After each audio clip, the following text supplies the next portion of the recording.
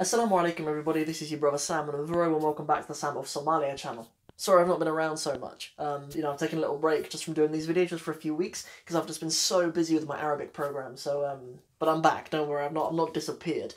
In this video, a little bit controversial, I think there'll be some hate inshallah, but hopefully it'll be mostly love. So in this video what I want to talk about is like British culture, but from a perspective of not from a perspective of this is Britishness and you should be like this. I know that exists, and I know that's very like prevalent at an institutional level here in the UK, that we have Britishness, and then we impose that on people who are not of British backgrounds. So I want to kind of present it in a way of like, this is kind of the way that white people, like British white people, see certain topics, and so that you guys can be sensitive to that, inshallah, because obviously a lot of us white British people are becoming Muslims now. Not as a percentage, but as like just a pure large number. And obviously we're marrying into your families and we're becoming part of your communities and stuff. And for you to understand where we come from will be really helpful, inshallah, for like just fostering love in our communities, really. So I really want to thank our sponsors, first of all, before we really get into the nitty-gritty of the video.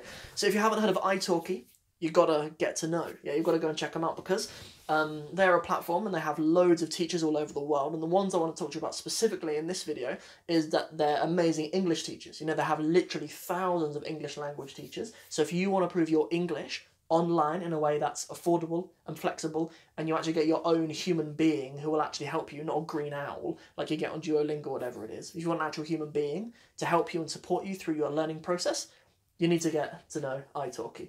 Check them out, inshallah, I'll play the video. You may be able to learn a ton of grammar and language concepts from resources online and books you can get on Amazon, but real fluency demands real human contact. As you can see, there are over 100 languages available, including English, Spanish, Italian, Chinese, Russian, and much, much more.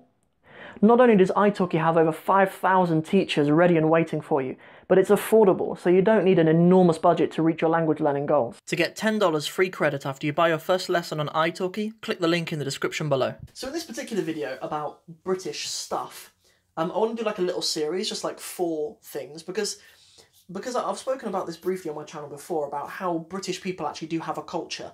Like when we think about people being cultural, for some reason people don't think of like white people as having a culture. Like I've even been on like TV shows before where people have talked to people who are of like Asian and African cultures and have talked to them about like having their own culture and suggesting that Sam of Somalia doesn't have his own culture, so he doesn't mind learning Somali culture. Like that's just not true, right? I have my own culture, and the more I get to know people of other cultures, I come to realise that us white people, like white British people specifically, have a very deep culture, like all human beings do. Like we have a very deep and an entrenched way of looking at the world, and that influences a lot of things, right? And I'll also put a disclaimer before I go into too much that this video isn't a complaint about my situation, right? It's just me reflecting on some things that I see. Like my wife and I and my wife's family and I, like we've got it on lockdown, yeah? Like we're fine with this, okay? We've talked about this. But what I want to talk about is weddings, right? And it's quite far in the video to actually tell you what we're talking about, but I want to talk about weddings, okay? That's going to be the first topic. Maybe we'll talk a little bit more about like eating and food cultures and stuff, because a lot of people who live here in the UK and other European and sort of quote-unquote Western countries, like, don't actually know very much about white people. Do you know what I mean? And when we become Muslims, things that were part of our culture before, people are like, oh, that's just part of kufr. Like, it's just part of what you used to do before, right? But a lot of it isn't. Like, the vast majority of it is actually stuff that we shouldn't be, like, blamed to hold on to those parts of our culture. So I'm talking about weddings, and I want to kind of talk you through the wedding process that we're used to. Okay, so if you ever encounter white people being like frustrated or impatient and not understanding certain things, don't laugh at them too much. Just understand that we come from a completely different place, okay? So as I walk you through it, try to picture what it's like for someone who becomes a Muslim, like white British person who becomes a Muslim. Try to imagine what our journey's like, coming to experience Somali weddings and other Muslim weddings in a broader sense. So for white people, you cannot turn up at a wedding you were not invited to, okay? That is one of the most rude things you can possibly do in our culture, okay? Like, the couple who are getting married, they plan their wedding, not the family around them, they plan their wedding, okay? And they write invitations with the specific name of the person. Not only that, okay, and these invitations are sent out usually months in advance, okay? Maybe even like a year in advance, okay? So you've already planned, you've already been booked in. You have to RSVP as well. You have to let them know that you're definitely coming, okay?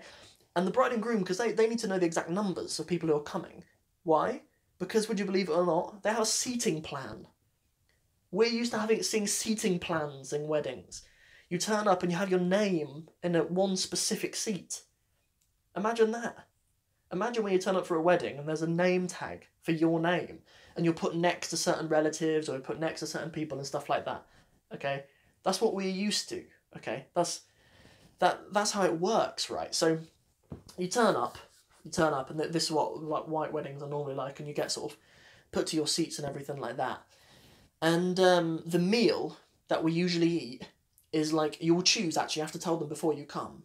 Before you come, you have to say, like, I'm a vegetarian, or I'll have the lamb, or I'll have the beef. You know, those are usually the option, or the chicken, or they usually have a dark meat or a white meat. Okay, and you RSVP and you tell them what you would want.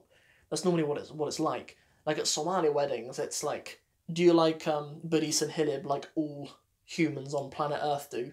Yes, I do. Well, you'll come in and you'll eat that then. It's quite simple at Somali weddings, okay? But we're used to that, okay?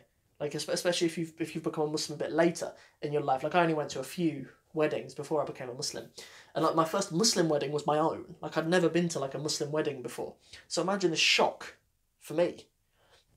Okay, so turning up if you're not invited is so rude, okay? Like, something that my wife and I remember us first having conversations about it, that, like, if she'd say, oh, there's this wedding of someone, I don't really know, but we're invited, we're going this evening. I'm like, what do you mean we're going this evening? Like, from our culture, it's one of the most rude things you could possibly do, right? So you tell them to the wedding, you sit down, you have your food, right? If you come only for the food, it's incredibly rude, okay? Like, Islamically, that might not actually be a problem. Like, because people who provide food at your wedding, if you provide food at the walima, that's an act of sadaqah, and that's something that you're feeding people in your community and stuff.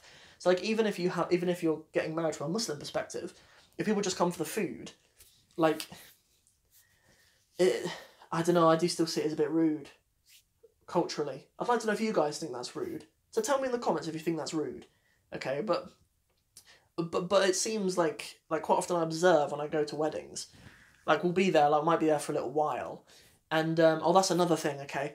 They start on time, like, you know, there's no, the wedding will be on this day at an unspecified time in the afternoon.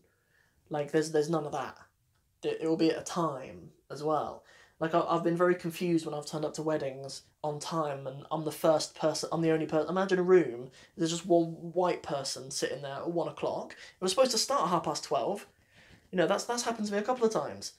Okay, but, like, you know, so it's just such a culture shock, right? Like, so yeah, so we're not used to people just coming to a wedding for food, and we don't feel comfortable turning up to a wedding and eating food. And then often at the end of weddings, people go home. Like, the last thing you do is you finish, and then another thing I've seen that's really common is people taking food with them after weddings. Like, people asking the wedding hosts, do you have any takeaway boxes? Like, that's just not something that we're used to. So, like anyone who claims that when we come into Islam, we don't bring, like, cultural baggage and stuff. We do, okay? We have this cultural baggage. We have these things that we're used to in our own culture. And when I say this, like, it's not like a you should be like this. It's a, brothers and sisters, please understand this is where we come from. Do you know what I mean? Please understand that, that those are just some things that come to my mind. Like, there are tons of negative things that I can say about weddings in, like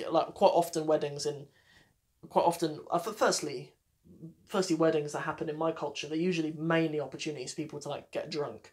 Like, there's no real sanctity in non-Muslim weddings, to be honest. Like, unless they're, like, practicing Christians, which is a very small minority of Christians, but like there's not much point in it other than to, like, have a party.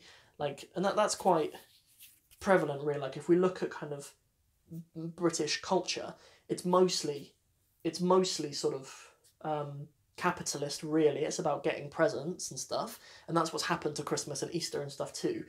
And it doesn't really bear any meaning on the couple. Like, usually these days, white British couples have been doing everything for years that a married couple would do for Muslims, but they've been doing it for like 10 years and stuff. So like the wedding doesn't really bear that. So this isn't a case of me saying like, you know, this is a wedding where that's better and you guys should change to be like it. Like it's not that. It's me just making me appealing a little bit to the Muslim community that like, please understand where we come from.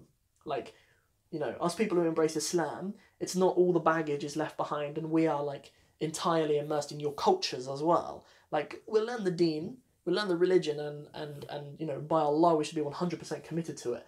But we bring our own culture with it as well, which should be allowed to survive with us even after our shahada. So that's everything from this video. It was more just like a little ramble, really, about just something, but I think it's quite important.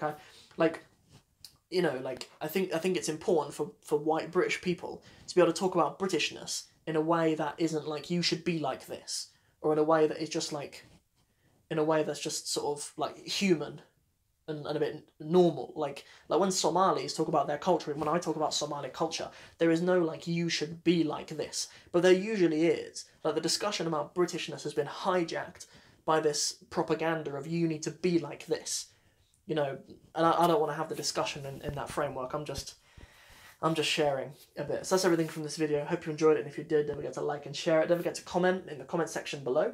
And but next video is going to be a video on like 10 really famous Somali cities that you need to know if you don't know them already.